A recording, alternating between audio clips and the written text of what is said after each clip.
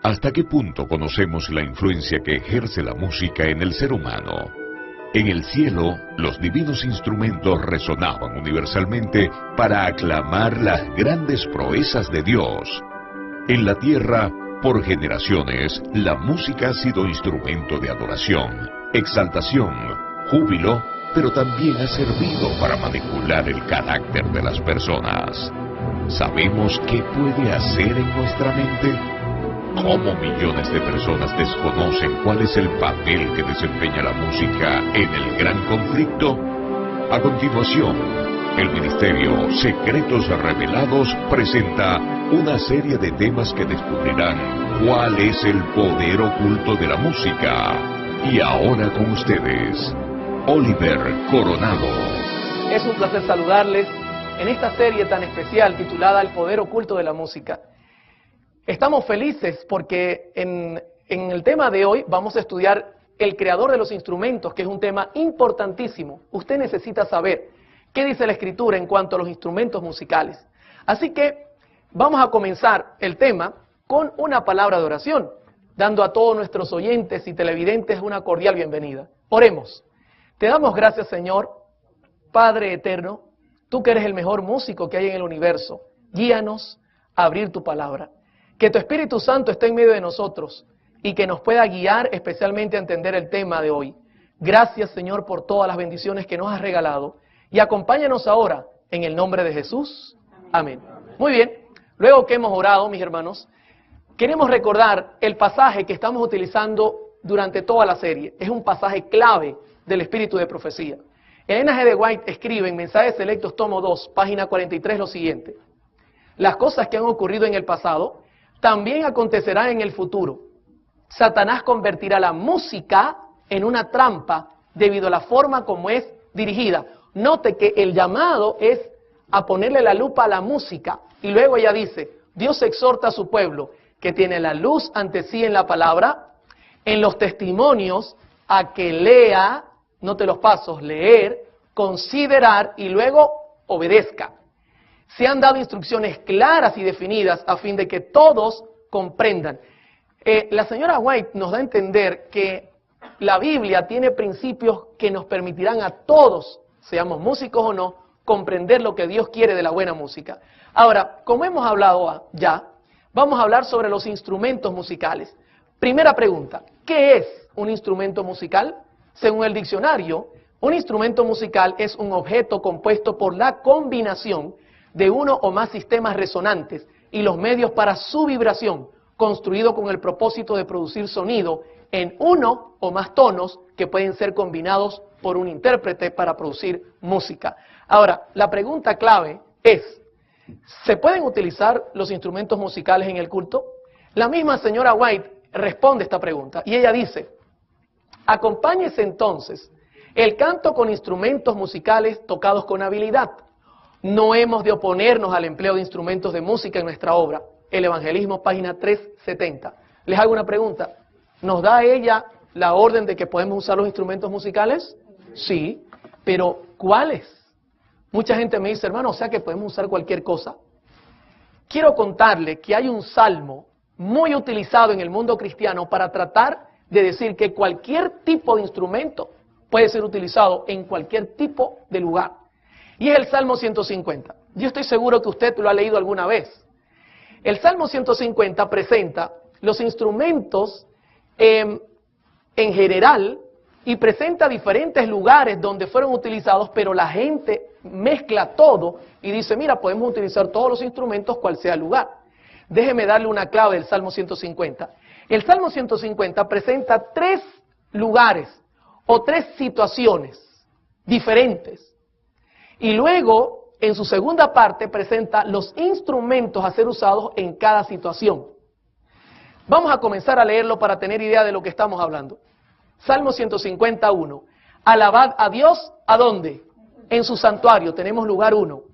Alabadlo en la magnificencia de su firmamento, lugar 2. ¿Dónde está el firmamento? Hacia arriba, en el cielo. Y luego dice, alabadlo por sus proezas. Note, otra situación. Alabadlo conforme a la muchedumbre de su grandeza. 3 lugares. El santuario, el firmamento, que está en el cielo, y también sus proezas.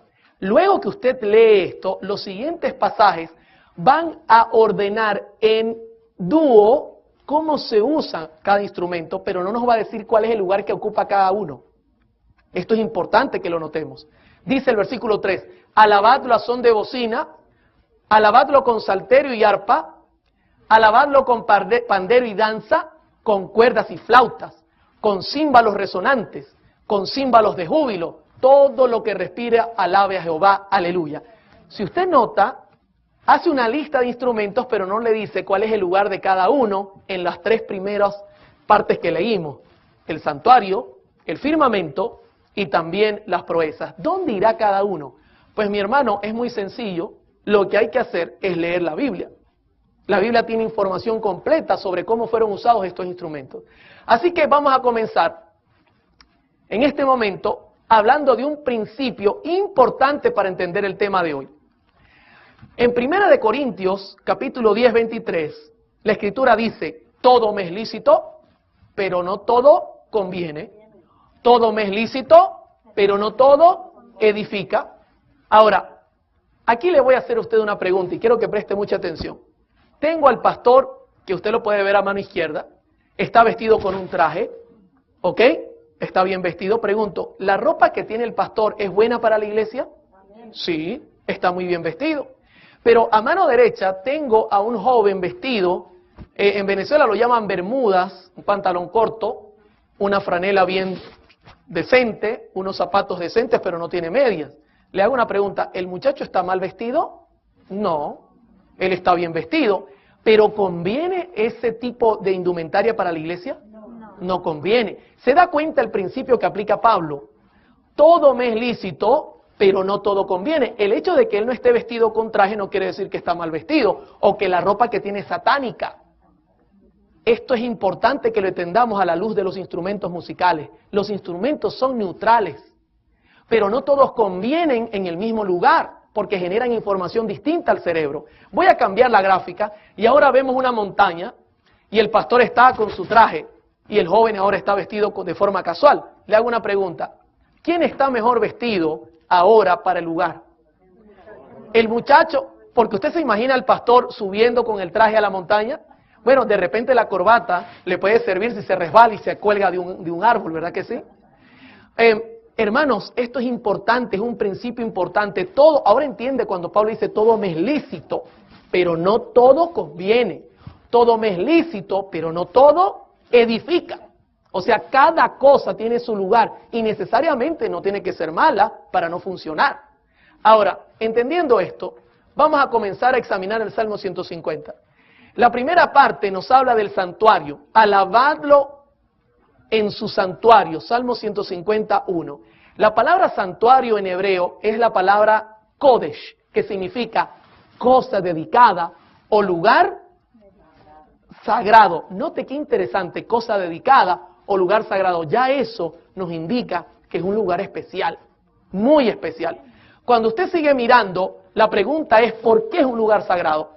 Éxodo 25:8 dice, y harán un santuario para mí, y habitaré en medio de ellos. Ahora se da cuenta por qué es sagrado el santuario, porque Dios habitaba en medio, y eso lo hacía sagrado, era un lugar muy santo. En Hebreos 8:5, Moisés recibió órdenes de cómo preparar el modelo terrenal de ese santuario. ¿Ok? Vamos a leer Hebreos 8:5, los cuales sirven a lo que es figura y sombra de las cosas celestiales, como se le advirtió a Moisés cuando iba a erigir el tabernáculo, diciendo, mira, haz todas las cosas conforme al modelo que se te ha mostrado en el monte. Le hago una pregunta, Dios le dio el modelo del santuario en el monte. Ahí estaba todo, cortinas, cómo iban a hacer los muebles, todo. ¿Y usted cree que en la adoración también le dio un modelo? ¿Será la adoración en el santuario terrenal igual a la del santuario celestial? Por lógica tiene que ser igual, porque Dios allá está en todo momento y también se manifestaba aquí. Entonces, ¿cómo sería la adoración allá? Fíjense que en el evangelismo, página 370, la señora White escribe, la música forma parte del culto de Dios en los atrios del cielo. En nuestros cantos de alabanza debemos intentar acercarnos tanto como sea posible a la armonía de los coros celestiales. Se da cuenta que ella da una orden que tenemos que tratar de ser muy semejantes. Ahora, en la conducción del niño, página 370, hay un pasaje clave y quiero que le preste debida atención a lo que voy a leer. La casa es el santuario ¿para quién? Hermano, en su casa Dios también se manifiesta y tenemos que tener cuidado con la música que ponemos en la casa. También dice, y la cámara o el huerto, el lugar más retraído para el culto individual. Pero la iglesia es el santuario para la congregación. Deben haber reglas respecto al tiempo, el lugar y la manera de adorar. Hermanos, estas reglas incluyen los instrumentos musicales. Y la Biblia da reglas claras que se deben tomar en cuenta. Vamos a comenzar hablando de los instrumentos que poco a poco Dios comenzó a meter en el santuario. En Números capítulo 10, versículo 1, leemos este pasaje. Jehová habló a Moisés diciendo, versículo 2 y 3 ahora, hazte 2 trompetas de plata, de obra de martillo las harás, las cuales te servirán para convocar la congregación y para hacer mover los campamentos. Y cuando las tocaren, toda la congregación se reunirá ante ti a la puerta del tabernáculo de reunión. Hermano, la trompeta que Dios le indicó a Moisés era de plata, 29 veces aparece en la escritura. Era una trompeta que daba señales, no era utilizada para armonía. Cuando el pueblo oía el sonido, el pueblo decía, Moisés está llamando, hay que ir al santuario. O también era utilizado para que el pueblo se moviera en casos de emergencia. Si usted lee Números 10, ahí da todas las indicaciones de cómo utilizar el sonido de la trompeta y qué hacía cada trompeta en su sonido, cómo debía actuar el pueblo.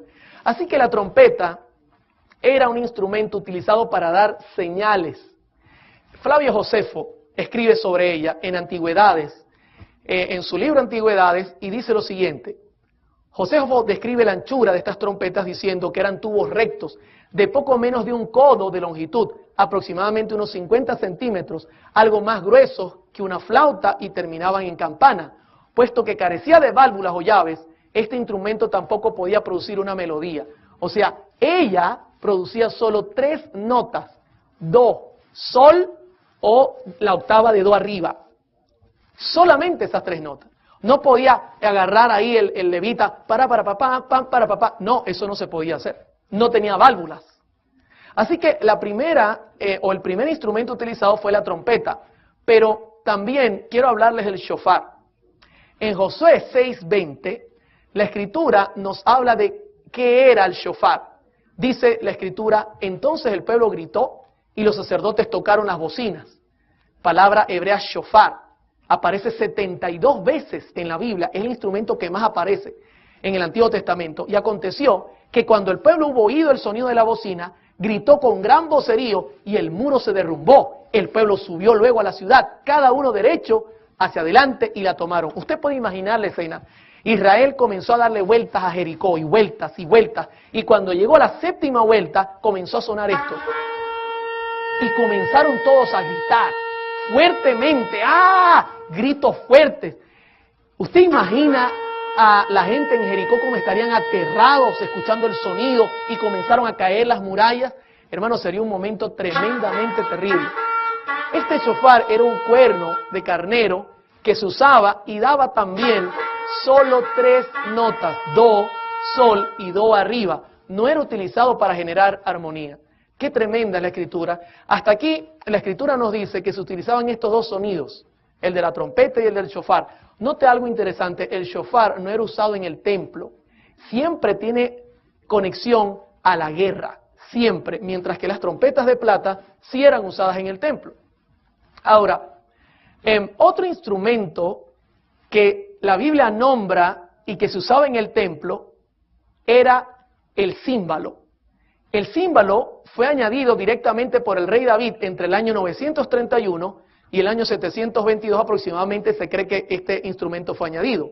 En primer libro de Crónicas 15:28, la Escritura dice, de esta manera llevaba todo Israel el arca del pacto de Jehová con júbilo y sonido de bocinas y trompetas y címbalo, que significa retiñir, sonar, 15 veces aparece en el Antiguo Testamento, y al son de salterios y arpas. Ahora, ¿para qué se usaba el címbalo? ¿Usted cree que el címbalo se usaba para que ellos estuvieran? No. Ellos lo usaban justo en las estrofas. Marcaban la estrofa para luego poder entonces entrar la estrofa y también marcaban el coro. O sea, era un instrumento que daba señales. No era un instrumento para hacer ruido y estar tocando y llevar un ritmo. Solo daba señales. Usualmente metían sus manos entre el cuero y lo hacían sonar de esta forma.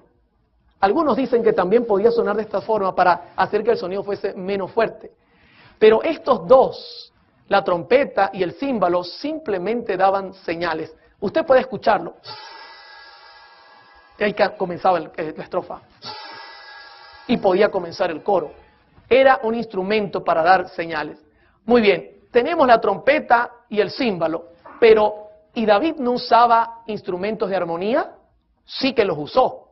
David también añadió instrumentos de armonía, porque hasta ahora la trompeta no sirve para armonía, para acompañar los coros, y el címbalo tampoco. La pregunta clave es, ¿y entonces qué usó David para poder acompañar los coros en el templo? Recuerde que estamos hablando del templo. No estamos hablando fuera del templo, sino del templo. En segundo libro de Crónicas 7:6 dice, y los sacerdotes desempeñaban su ministerio, también los levitas. Y note lo que dice ahora, con los instrumentos de música ¿de quién? De Jehová. Qué interesante, de Jehová, los cuales había hecho el rey David para alabar ¿a quién? A Jehová, porque su misericordia es para siempre. Cuando David alababa por medio de ellos, asimismo los sacerdotes tocaban trompetas delante de ellos, y todo Israel estaba en pie. Note, David introdujo los instrumentos de Jehová. Un día un joven me dijo, ¿te das cuenta? David metió cualquier clase de instrumento. Y le dije, no, simplemente retrocede 2 capítulos y vas a ver cuáles son estos. Y cuando retrocedemos, la Biblia dice cuáles eran. Segundo libro de Crónicas 5:12. Y los levitas cantores, todos los de Asaf, los de Gemán, los de Jedutum, juntamente con sus hijos y sus hermanos, vestidos de jeans y franelita corta. ¿Qué dice ahí? Hermano, esto es una cosa importante. Atención, músicos y cantantes, estaban vestidos de lino fino, porque eran sacerdotes. Nosotros no podemos venir a alabar al Señor siendo músicos vestidos como nos viene en gana. Esto es un principio que enseña también la Biblia. Dice, vestidos de lino fino, estaban con címbalos y salterios, que es la palabra hebrea nobel, que significa odre, y arpa, que también es quinor en hebreo, al oriente del altar, y con ellos 120 sacerdotes que tocaban trompetas. Ahora David añade, y es lógico, añade el arpa y añade también el salterio. ¿Por qué? Porque necesitaba armonía. El arpa, ustedes la conocen, suena como algo así. Ellos acompañaban los coros con esto. Y el salterio es un poco más eléctrico, un poco más, un sonido de cuerda de hierro, y sonaba algo así. Se da cuenta, de repente el arpa podía ser el acorde y el salterio hacer un arpegio. No sabemos cómo, pero ellos jugaban con estos dos instrumentos que eran instrumentos de armonía. Pregunto, ¿estos instrumentos hacen sonidos determinados o indeterminados? Determinados. Dios quería que el pueblo se concentrara bien en la adoración, mis hermanos. No olvide que esto es muy importante. Voy a citar otro pasaje donde la Escritura ahora explica por qué razón David introdujo esto. Le hago una pregunta. ¿Usted cree que David dijo, me gusta el arpa, voy a poner el arpa, y voy a poner el salterio, me gusta el salterio? ¿O sería que Dios le dio la orden? ¿Qué opina usted? ¿Dios le dio la orden? Segundo libro de Crónicas 29:25 dice correctamente eso. Dice, puso también levitas en la casa de Jehová, con címbalos, salterios y arpas, conforme al mandamiento de David. ¿Y por qué razón? De Gad, vidente del rey, del profeta Natán. Fíjese, ya estamos caminando unos cuantos. Porque aquel mandamiento procedía de Jehová por medio de sus profetas. ¿Quién había ordenado esto, mis hermanos? Jehová había dado la orden. Esto no venía por orden humana. Dios quería instrumentos de armonía en su templo, definidos. Por ningún lado hay percusión, porque Dios quería poner orden en su culto. Esto no es palabra de hombre, es palabra de Dios. Note que esto lo hizo Ezequías, el rey Ezequías, en el año 715, cuando resolvió revivir el culto en el templo. Él siguió meticulosamente todo lo que David había hecho en el pasado. Lo que quiere decir que esto era algo serio, muy importante. Pero si seguimos avanzando, Esdras 3:10 dice, en el año 538, Esdras también siguió la orden cuando los albañiles del templo de Jehová echaban los cimientos, pusieron a los sacerdotes vestidos de sus ropas, y con trompetas, y a los levitas hijos de Asaf con címbalos, para que alabasen a Jehová, según la ordenanza de David, el rey de Israel. ¿Se da cuenta? Esdras siguió también el consejo. Hermano, esto era palabra de Dios, y estamos todavía hablando del santuario. John Kleining, quien hizo una disertación doctoral en la Universidad de Cambridge, tiene una cita que es interesante. Él dice, David determinó la particular combinación de instrumentos a ser utilizados en la adoración. A las trompetas que Dios le había ordenado por medio de Moisés, él agregó los címbalos, las liras y las arpas. La importancia de esta combinación se enfatiza por la insistencia en segundo libro de Crónicas 29-25 de que los instrumentos para el canto sagrado debían tener el lugar de los músicos en el templo y habían sido instituidos bajo la dirección del Señor. Fue esta orden divina lo que les dio su significado y su poder, mis hermanos. ¡Qué tremendo! Ahora, la pregunta clave es, hermano, ¿y nosotros hoy día los instrumentos que metemos, los metemos por orden de quién? Es una buena pregunta. Pero vamos a continuar. El canto también formaba parte de Israel. Y en el templo había cantos. Dice Salmo 34, cantad a Jehová vosotros sus santos, y celebrad la memoria de su santidad. En el Evangelismo, página 369, la señora White dice, la voz humana que canta la música de Dios con un corazón lleno de gratitud y agradecimiento es para él mucho más agradable que la melodía de todos los instrumentos musicales que han sido inventados por manos humanas. Dios se agrada tremendamente del canto. En otro pasaje, la señora White, en Testimonios tomo 9, página 144, dice, el canto no siempre debe ser hecho por solo algunas personas. Permítase que toda la congregación participe tanto como sea posible. Se da cuenta, a Dios le gusta que todos cantemos juntos y alabemos al Señor. Ahora, hasta aquí ¿cómo vamos, mis hermanos? ¿Vamos bien? ¿Saben que yo pude tomar música actual de una sinagoga judía y ellos siguen las enseñanzas de Moisés todavía? Actualmente, en este siglo, en esta época. Por ejemplo, voy a ponerles un extracto y usted va a notar cómo estos judíos están en la sinagoga, suenan primero el címbalo y luego comienzan a cantar. Y esto tiene forma de himno, tiene arpas y salterios, una cosa maravillosa. El audio quizás no sea muy bueno porque estaba en un sonido ambiente. Ahí está sonando, está un poco bajo el audio, pero está sonando. Y si ustedes escuchan, ahí hay arpas, salterios, hay música maravillosa. Ellos siguen las ordenanzas de Moisés. Y la música, mis hermanos, ellos todavía la siguen utilizando como la Escritura le ha enseñado en todo momento. Ahora, cuando nosotros avanzamos, nos hacemos la siguiente pregunta. Y aquí viene una pregunta que es muy importante. ¿Ustedes creen que los paganos usarían la misma secuencia que Dios le había dado a Israel? Si conseguimos que ellos usaban otro tipo de instrumentos, ¿será una clave para determinar que esto era palabra de Dios? Por ejemplo, vayamos a los días de Daniel. Daniel 3, 4 y 5. Capítulo 3, versículos 4 y 5. Y el pregonero anunciaba en alta voz, mándese a vosotros, oh pueblos, naciones y lenguas, que al oír el son de la bocina, de la flauta, del tamboril, del arpa, del salterio, de la zampoña y de todo instrumento de música, os postréis y adoréis la estatua de oro que el rey Nabucodonosor ha levantado. ¿Cuántos instrumentos están presentes en ese culto? Todos. Y escúcheme bien, en el original hebreo son distintos. Son instrumentos diferentes a los que David había hecho. Imagínense la escena, están los muchachos, la estatua, una orden de muerte, el horno prendido echando candela y de repente suena esta música. Y la gente, no bastaba la presión, sino la gente hipnotizada. Ya la música era diferente, ellos usaban la música para generar emoción. Y no crea que era suave todo el tiempo, esta es música árabe que se usa muy parecida a la que usaba Nabucodonosor. Escuchen.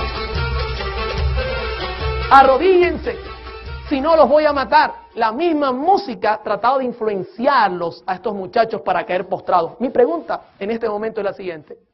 Queridos hermanos, ¿será que nosotros nos estamos arrodillando delante de la estatua de Nabucodonosor hoy día escuchando su música?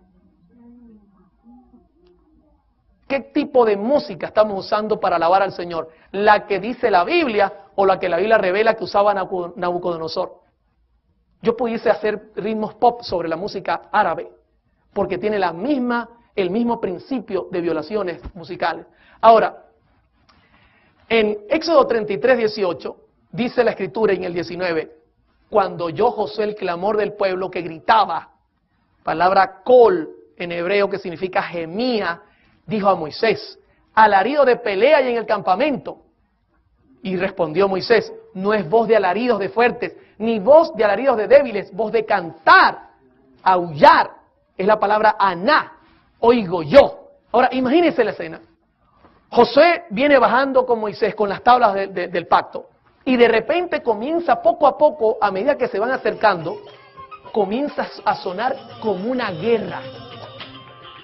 Y Josué dice, oye, estoy escuchando, Moisés, están atacando el campamento, pero Moisés tenía la voz aguda para entender lo que estaba pasando, mis hermanos, él había estado en Egipto, y le dice a Josué, no señor, yo no escucho guerra, yo escucho es música, sonidos que aúllan, es la palabra aná, gritar, y es lo que estamos escuchando, música egipcia. ¿Usted imagina la escena terrible? Moisés bajaba, este hombre santo con las tablas de la ley, y dice en Éxodo 32, 19, y aconteció que cuando él llegó al campamento y vio el becerro y las danzas, pregunto, la gente movía, ¿era del cuello para arriba o del cuello para abajo? Ah, del cuello para abajo. ¿Se da cuenta que el principio comienza a variar? Ardió la ira, arrojó las tablas en sus manos y las quebró al pie del monte. ¿Sabe? Utilizar música indebida quebranta la ley de Dios. Esto es un símbolo, nos lleva al pecado, nos cautiva para hacer el mal. La señora White escribe lo que Dios le mostró sobre este evento y ella dice, página 331, Patriarcas y Profetas, al acercarse más al campamento, vieron el pueblo que gritaba y bailaba alrededor de su ídolo. Era una escena de libertinaje pagano, una imitación de las fiestas idólatras de Egipto, pero cuán distinta era del solemne y reverente culto de Dios. Moisés quedó anonadado. Hermanos, qué terrible, esta gente estaba imitando a Egipto. La pregunta para nosotros es la siguiente, ¿y nosotros qué estamos imitando, mis hermanos? En nuestra música, ¿estamos imitando el culto reverente a la Escritura o estamos imitando el culto del mundo? Es la misma situación. Dice luego ella, si Aarón hubiese tenido valor para sostener lo recto sin importarle las consecuencias, habría podido evitar aquella apostasía. ¿Sobre quién puso Dios la responsabilidad? Escúcheme bien, sobre nosotros los líderes. Hermanos, sobre los líderes de esta iglesia está la responsabilidad de parar este tipo de música que puede dañar a la iglesia. Esto es algo serio. Vamos a mirar este sentido en todas las gráficas. Siempre vamos a mirar que Dios le llama la atención a los líderes. Sobre nosotros está la responsabilidad de hacer los cambios para que el pueblo obedezca. Ahora, ¿hasta aquí cómo vamos? ¿Vamos bien? Muy bien. Hemos visto que en el santuario Dios había puesto reglas importantes. ¿Y qué en el cielo? Pregunta clave. ¿Usted cree que en el cielo los instrumentos por principio bíblico, que son todos de armonía, determinados, ¿usted cree que en el cielo es algo parecido? Por lógica tiene que serlo, porque Moisés hizo un modelo. En el Salmo 151 dice, alabadlo en la magnificencia de su firmamento. Palabra hebrea, raquía, que significa expansión, firmamento.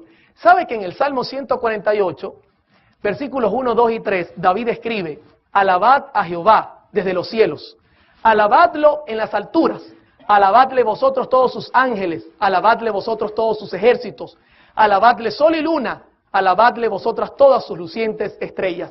La pregunta es, ¿y cómo es esa alabanza? Apocalipsis presenta qué tipo de instrumentos se usa en el cielo. Podemos leer Apocalipsis 5:8 y comenzar a mirarlo. Dice, y cuando hubo tomado el libro, los 4 seres vivientes y los 24 ancianos se postraron delante del Cordero, Todos tenían arpas y copas de oro llenas de incienso, que son las oraciones de los santos. ¿Sabe qué es interesante? Este pasaje nos está hablando del momento cuando Jesús ascendió al cielo 50 días después de su resurrección. Y dice que los 24 ancianos y todos los seres vivientes que estaban allí, los ángeles, tomaron ¿qué instrumentos? Arpas. Tomaron arpas. Presentando este tema, una persona me dijo, hermano, eso es simbólico. Todo eso es simbólico. Y les ¿está seguro que es simbólico? La señora White no dice que es simbólico. Y quiero citar El deseo de toda la gente, página 774, donde ella está hablando del mismo evento. Con gozo inefable, los principados y las potestades reconocen la supremacía del príncipe de la vida. La hueste angélica se postra delante de él, mientras que el alegre clamor llena todos los atrios del cielo. Digno es el Cordero que ha sido inmolado de recibir el poder, la riqueza, la sabiduría, la fortaleza, la honra, la gloria y la bendición. Los cánticos de triunfo se mezclan con la música ¿de qué cosa? De las arpas angelicales, hasta que el cielo parece rebosar de gozo y alabanza. El amor ha vencido, lo que estaba perdido se ha hallado. El cielo se repercute con voces que en armoniosos acentos proclaman bendición y honra y gloria y dominio al que está sentado sobre el trono y al Cordero por los siglos de los siglos. Le pregunto, ¿este pasaje es literal? Sí, y note que tomaron las arpas de Dios para alabar al Señor en el cielo. Pero vamos a continuar mirando otro pasaje. En Apocalipsis 15:2, la Escritura nos habla ahora de los 144,000. Dice, vi también como un mar de vidrio mezclado con fuego, y a los que habían alcanzado la victoria sobre la bestia y su imagen, y su marca, y el número de su nombre en pie sobre el mar de vidrio, ¿con qué cosa? Con las arpas de Dios. ¿Qué van a aportar los 144,000? ¿Será esto simbólico? ¿O estaremos leyendo algo que es correctamente literal? ¿Sabe que la señora White en Dios nos cuida, página 97, presenta la escena y ella dice, vi un gran número de ángeles que traían de la ciudad gloriosas coronas, una corona para cada santo con su nombre escrito encima. Cuando Jesús pedía las coronas, los ángeles se la presentaban y con su propia mano derecha el amante Salvador las colocaba sobre las cabezas de los santos. Del mismo modo los ángeles trajeron arpas y Jesús se las entregó a los santos. Los ángeles directores dieron primeramente la nota y entonces todas las voces se elevaron en agradecida y alegre alabanza y todas las manos pulsaron hábilmente las cuerdas de las arpas, arrancando de ellas una música melodiosa de tonos ricos y perfectos. ¡Qué tremendo, mis hermanos! ¿Se da cuenta? Mire, ¿sabe una cosa? Yo no sé tocar arpa, pero en el cielo voy a saber. Dios va a colocar el chip con la información necesaria para conocerme todas las notas. Y cuando el ángel me dé el tono, yo voy a acompañarlo. ¡Qué maravilloso! Pero ¿se da cuenta que lo que ocurre en el cielo es lo mismo que Moisés recibió como modelo? ¿Y qué de la trompeta? ¿Con qué voz viene el Señor del cielo, mis hermanos?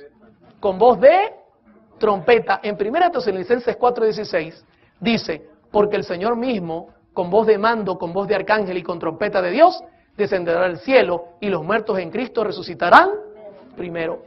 ¿Sabe? La señora White dice, en Maranata, el Señor viene, página 287, al vislumbrarse a la distancia parecía muy pequeña. El ángel dijo que era la señal del Hijo del Hombre. Cuando se acercó a la tierra, pudimos contemplar la excelsa gloria y la majestad de Jesús al avanzar como vencedor. Sus cabellos blancos y rizados le caían sobre los hombros y llevaba muchas coronas en la cabeza. Sus pies parecían de fuego, en la mano derecha tenía una hoz aguda y en la izquierda llevaba una trompeta de plata. ¡Qué interesante! Es la misma secuencia que conseguimos en la Escritura. Ahora, usted me dirá, hermano Oliver, pero hoy día, ¿cómo poder nosotros alabar al Señor con arpas y salterios? Simplemente hay que actualizar el instrumento. Por ejemplo, ¿con qué usted compararía un caballo en este siglo, en este año? ¿Con un carro? ¿Un caballo con un carro? ¿O una carroza con un carro? En los días de Moisés, un caballo equivaldría hoy día ¿a qué cosa? ¿A una moto? ¿Cuántos están conmigo que es una moto? Sí. Y en los días de Moisés, una carroza sería compatible hoy día ¿con qué? ¿Con un carro? Sí. Entonces, ¿cómo compararíamos nosotros estos instrumentos musicales? Hermanos, el principio es claro. Por ejemplo, mucha gente dice, y yo creo que es así, que el salterio ha evolucionado a lo que hoy día es el piano. Si tenemos un piano en la iglesia no habría ningún problema, es un instrumento de armonía, pero por ejemplo, ¿yo pudiese sustituir el salterio por un tambor? No. ¿Por qué no? Porque es un instrumento indeterminado, ¿se da cuenta la diferencia? Tuc, tuc, tuc, tuc. Es diferente a hacer acordes. Esta es la manera que tenemos que nosotros interpretar todas estas cosas, mis hermanos, para mantener el orden que Dios ha establecido. ¿Cómo vamos hasta acá? ¿Estamos viendo las maravillas de Dios? Pero ¿sabe una cosa? Aún nos resta estudiar las proezas y su grandeza. En el Salmo 152 dice, alabadlo por sus proezas, conforme a la muchedumbre de sus grandezas.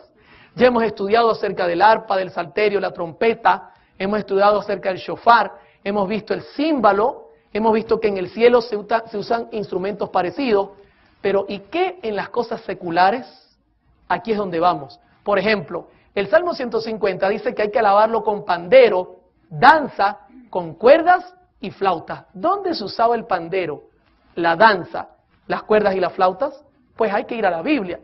El Salmo 150 dice alabadlo con pandero, palabra hebrea que significa, o dice tof, y danza con cuerdas y flauta. El pandero, usted lo puede mirar en pantalla, era un instrumento que se tocaba, tenía como unas castañuelas o metales, y daba unos golpecitos, marcaban el ritmo y el tiempo, y a veces tenía sonidos un poco más graves, pero era un tamborcillo de mano.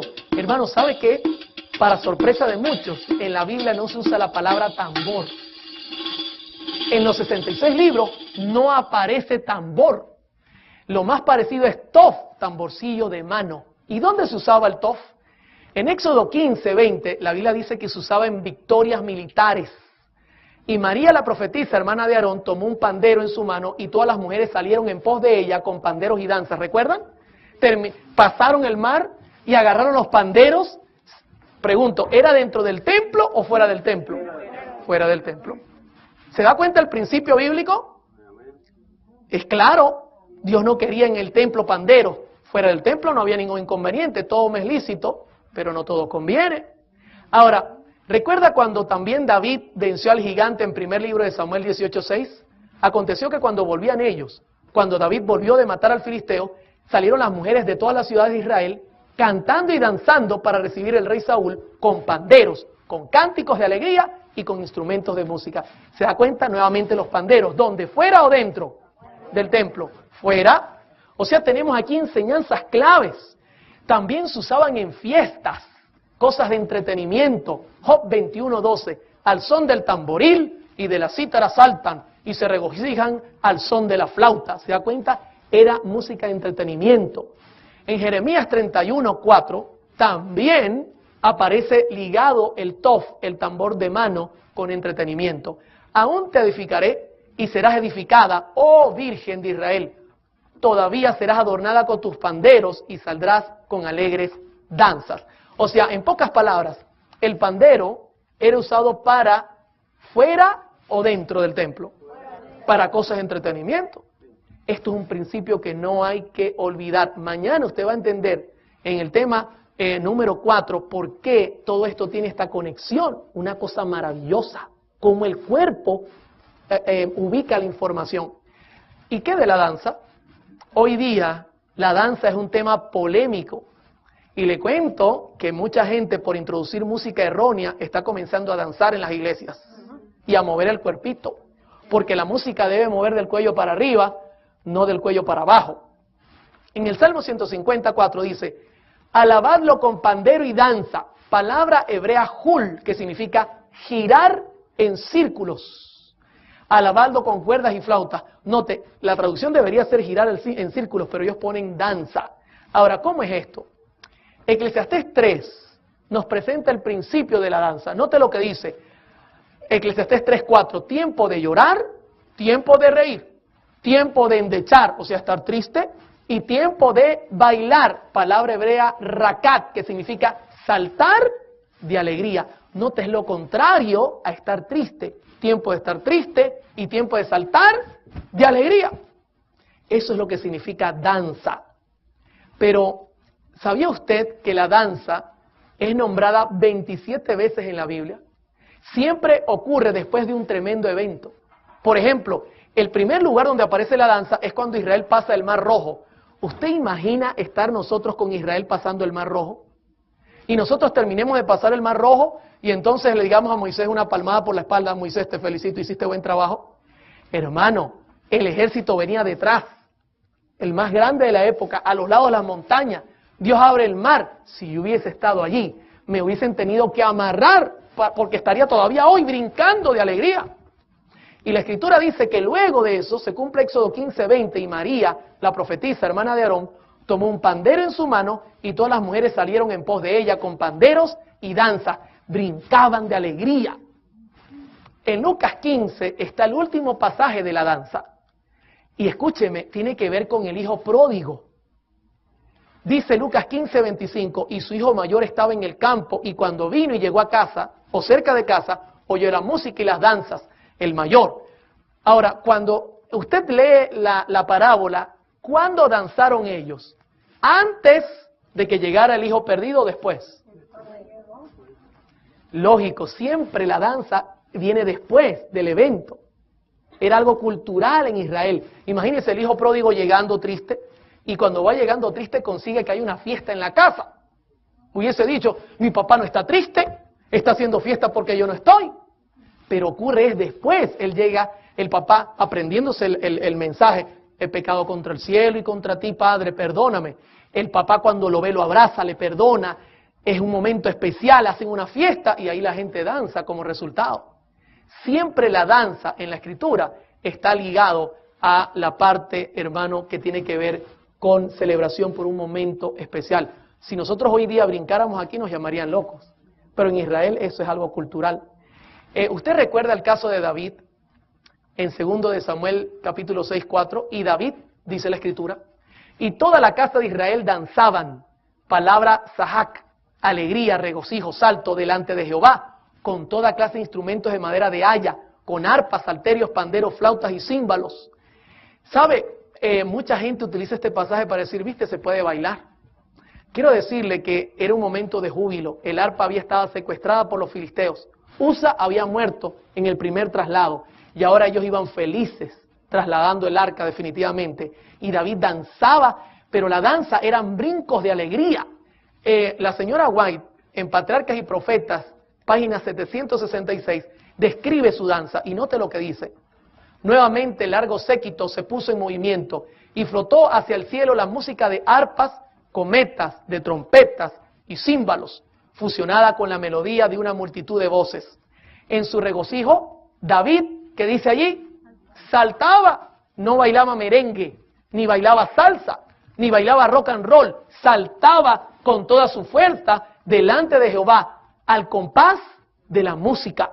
Y luego dice: el hecho de que en su alegría reverente David danzó delante de Dios ha sido citado por los amantes de los placeres mundanos para justificar los bailes modernos. Pero este argumento no tiene fundamento. En nuestros días, el baile va asociado con insensateces y festines de medianoche. La salud y la moral se sacrifican en aras del placer. Hermanos, David saltaba de alegría. Imagine la escena. Yo para esto he incorporado el himno de Israel. Imagínense esta música de fondo, que es la que ella más o menos describe. El séquito llevando el arca y David emocionado porque el símbolo de la presencia de Dios volvía al campamento. ¡Qué momento tan especial, mis hermanos! Yo imagino los brincos de alegría, el festín del pueblo. Era un momento solemne, mis hermanos. No era un momento de diversión y entretenimiento común, como nosotros pensamos y mucha gente piensa. Tremendo. La Escritura es muy clara en cada presentación. No nos deja dudas de que la danza es algo muy típico en Israel y era utilizado siempre para demostrar que había ocurrido un evento muy especial. No es para echar una bailadita, como en muchos países latinoamericanos y también aquí en los Estados Unidos de América. Pregunto, ¿cómo vamos hasta acá? ¿La Biblia está dejando algún vacío? ¿Está dándonos principios claros de qué música quiere Dios en el templo? Le pregunto, si yo aparezco con el tamborcillo de mano y danzando en el templo, ¿qué diría usted? Hermano, ¿dónde está escrito eso? Muéstremelo y con mucho cariño podemos atenderlo. Porque la Biblia da principios claros, mis hermanos. Dios quiere armonía, quiere que nuestros cantos sean acompañados por instrumentos musicales que nos den una clara visión de las cosas, que estemos conectados con el cielo en todo momento. Nos falta un instrumento y es la flauta. La flauta en el Salmo 154 tampoco estaba en el santuario. Y al final voy a explicar un poco qué principio se maneja acá. Dice, alabadlo con pandero y danza, alabadlo con cuerdas y flautas, instrumento de viento, ugab. ¿Dónde se usaba la flauta? Usted puede escuchar. Siempre se mezclaba con el pandero. Se usaban para algún momento especial, una fiesta especial, santa, sana, porque en todo lo que hagamos, dice la Biblia, debemos hacerlo todo para la gloria de Dios. Hermano, no podemos ser diferentes en la iglesia y en la casa tener otro tipo de música. ¿Qué dice la escritura de la flauta? ¿Sabe que la flauta se usaba en momentos de júbilo? Primer libro de Reyes 1, 39 y 40 dicen, y tomando el sacerdote Sadoc el cuerno del aceite del tabernáculo, ungió a Salomón, y tocaron trompeta, y dijo todo el pueblo, viva el rey Salomón. Después subió todo el pueblo en pos de él, y cantaba la gente con flautas, y hacían grandes alegrías, que parecía que la tierra se hundía con el clamor de ellos. Qué interesante. La flauta era utilizada fuera del santuario, en momentos de entretenimiento, en momentos especiales, se podía usar sin ningún problema, no había ningún inconveniente. Mucha gente me dice, ¿y hoy día, hermano Oliver? Ya vamos a hablar un poco de eso, pero vamos a seguir mirando. Isaías 5, 11 y 12 presenta también el uso de la flauta en momentos externos a las cosas espirituales y a las cosas del templo. Hay de los que se levantan de mañana para seguir la embriaguez, que se están hasta la noche hasta que el vino los enciende. Y en sus banquetes hay arpas, violas, tamboriles, flautas, vino, y no miran la obra de Jehová, ni consideran la obra de sus manos. ¿Se da cuenta? La flauta estaba ligada a actividades que el pueblo hacía externamente. Eran actividades de fiesta, eran actividades que no estaban conectadas directamente con el santuario. Ahora, usted dirá, hermano Oliver, ¿y por qué? Si la flauta no es un instrumento malo.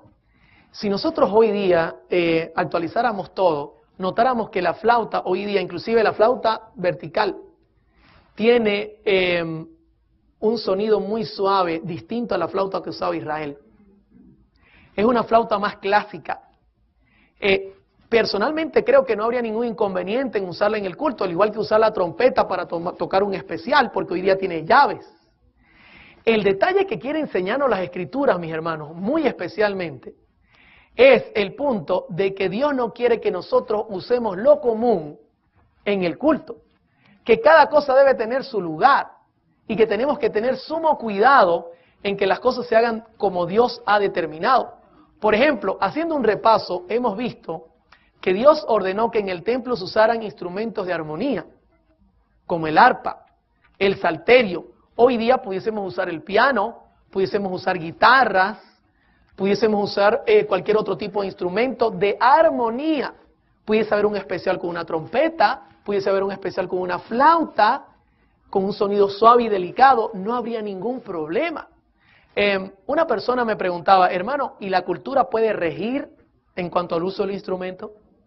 ¿Sabe que la Conferencia General cree que la cultura tiene incidencia en cuanto a la música? Y yo creo personalmente que sí la tiene. Pero el mismo documento le pone límites a la cultura. Por ejemplo, si usted va a Venezuela, usted va a conseguir que hay partes de Venezuela donde se usan distintos instrumentos. Por ejemplo, el cuatro es un instrumento de 4 cuerdas, parecido a la guitarra. Yo he ido a lugares donde los hermanos no saben tocar piano, no saben tocar órgano, y alaban al Señor con los himnos, tocándolos con el 4, y suena maravilloso. Eso es una manera de que la cultura incida en el tipo de instrumento. En pocas palabras, la cultura puede incidir en el tipo de instrumento, pero sin romper los principios bíblicos. No es que yo voy a ir a África y entonces ellos usan tambor. Pregunto, ¿ahí se rompería el principio bíblico dentro de la iglesia? Sí, porque el tambor es un instrumento indefinido. Yo no puedo acompañar un himno, no suena igual que un cuatro, que es armonía, no suena igual que un piano. O sea, la cultura tiene incidencia en el tipo de instrumentos, pero luego la conferencia general dice, pero la Biblia es el filtro que debemos utilizar para saber cuáles convienen en la iglesia y cuáles no convienen en la iglesia. ¿Verdad que es maravilloso, hermano, estudiar todo esto y mirarlo? Claramente nos da consejos que son prácticos para entender todos estos principios bíblicos en cuanto a los instrumentos. Quisiera finalizar ya, entrando a la recta final del estudio, en un pasaje que la señora White cita en La conducción del niño, página 515. Quiero decirles que muchas personas dicen, es que la Biblia no habla de música. ¿Usted cree que la Biblia no habla de música? En lo que hemos estudiado todos estos temas, ¿habla o no habla? Hay gente que me dice, Oliver, pero es que la Biblia no habla claro de los principios. ¿Habla o no habla de principios? La Biblia no te va a dar clases de solfeo, ni te va a explicar cómo leer una partitura, pero sí te va a decir qué es lo que Dios quiere que suene en tus oídos para que sea música gratificante. Entonces, no podemos nosotros aceptar este tipo de argumentos, hermano, decir, no, es que la Biblia no da principios, sí que los tiene. Más de 500 pasajes hablan de la música, de qué debemos oír y cómo debemos oírlo. Jesús en varias oportunidades dijo, cuidado con lo que oís, y tenemos que tomarlo en cuenta. Conducción del niño, página 515, dice la señora White lo siguiente. Por esta razón, la casa o santuario dedicado a Dios no debería convertirse en un lugar común.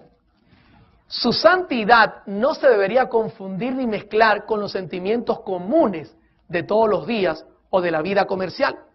Debería haber un solemne temor reverente en los adoradores cuando entran en el santuario y debieran dejar tras sí todos los pensamientos mundanos y comunes. ¿Está notando lo que dice la sierva del Señor? Ella no quiere que usted use música común. ¿Qué le parecería que usted llegue al templo y consigue música pop, o música rock, o música balada, o música mariachi? Todo eso lo va a conectar usted ¿con quién? ¿Con el cielo o con el mundo? ¿Se da cuenta los principios que se comienzan a romper? Claramente lo dicen. Dios no quiere que se convierta esto en un lugar común. Su santidad no debe confundirse ni mezclarse con los sentimientos comunes. Luego ella dice, debiera haber un solemne temor reverente en los adoradores cuando entran en el santuario y debieran dejar tras sí todos los pensamientos mundanos y comunes. Pues ese es el lugar donde Dios revela su presencia. Es como la cámara de audiencia del gran Dios eterno. Por lo tanto, el orgullo, la pasión, la disensión, la egolatría, el egoísmo, la avaricia que Dios denuncia como idolatría son inapropiados para tal lugar. Hermano, ¿sabe qué? Allí cuando la señora White denuncia y pone el orgullo, la pasión, la disensión, la egolatría y el egoísmo, ¿sabe lo que está ella prácticamente presentando o ilustrando? Los conceptos musicales mundanos. Cuando nosotros vemos a la música mundana, la mayoría de los cantantes son ególatras. Solamente piensan ¿en quién? En ellos. Y ella no quiere que nosotros nos conectemos. Quiero compartir con ustedes, una vez este servidor estaba tocando y cantando en un culto. Esto es interesante. Había predicado el sermón había sido verdad presente. Me gusta siempre tocar temas que tengan que ver con la verdad presente. Cuando estoy terminando el sermón, decido tener un especial, pero mi especial en aquel tiempo era una balada, música sentimental. De eso voy a comenzar a estudiar esta semana. Música romántica. Y escúcheme, presento el tema, la gente se pone de pie, le hago el llamado, tomo el micrófono y comienzo a cantar. Terminó el culto, la gente se acercó, me agradeció, pero una señora me dijo lo siguiente: hermano Oliver, el sermón estuvo precioso, me gustó muchísimo el especial. ¿Sabe? cuando lo oí cantar, recordé a Ricardo Montaner en sus buenos tiempos. Y yo dije, ¿cómo? Cuando ella me dijo así, hermano, yo me alarmé. ¿A quién le hice recordar? Y ella me dice, a Ricardo Montaner. Yo no sé si usted conoce a Ricardo Montaner, es un gran cantante en Venezuela, de origen chileno, muy conocido, muy famoso a nivel mundial. Cuando ella me dijo eso, hermano, eso me llamó la atención, si yo lo que estaba presentando era santo o no era santo. Porque a ella no le vino la imagen de Dios, le vino la imagen de algo secular. Entonces la pregunta que yo me hice es, ¿a quién estoy alabando? ¿A quién estoy representando? ¿Qué es lo que estoy presentando en mi iglesia? Que la gente, en vez de recordar a Dios, recuerda lo mundano. Hermano, Dios quería marcar una seria diferencia. Dios quería que su culto fuese especial, con principios santos. Y todavía actualmente Dios sigue siendo el mismo. Pregunto, ¿Malaquías dice que Dios ha cambiado? No. Sigue siendo el mismo. Hermano, cuidado con la música que nosotros introducimos en el culto. Hagamos clara diferencia. En otro lugar estuve en una actividad, en un campamento, y usaban música santa en momentos seculares. Cuando habían marchas, colocaban himnos. Yo tuve que acercarme a la gente y decirle con amor, hermano, no mezcle lo santo con lo común. Porque cuando usted escuche entonces, que los jóvenes escuchen lo santo, no van a hallar la diferencia. Tiene que haber una marcada diferencia. Use música clásica de algún otro tipo de música, pero deje lo santo para lo santo y separe lo común para lo común. Ese es el principio que presenta la Escritura, mis hermanos. No olvidemos que para cada cosa Dios tiene lo santo para lo santo y lo común para lo común. Hagamos separación y entonces haremos buena música para el Señor. Pregunto antes de despedirme, ¿cómo vamos? ¿Estamos entendiendo lo maravillas que Dios tiene? ¿Verdad que la Biblia nos habla sin cesar? Qué tremendo, mis hermanos. No se pierda el tema de mañana. Mañana vamos a armar un candado. Usted se va a dar cuenta por qué todos estos principios son avalados también por la ciencia. Mañana tendremos un concierto. Ciencia, Biblia y testimonios. Y usted va a notar que los tres hablan en concierto. Y va a notar que también la ciencia determina y dice lo que Dios enseña es la verdad. Dios les bendiga y que la paz de Dios esté con ustedes. Amén.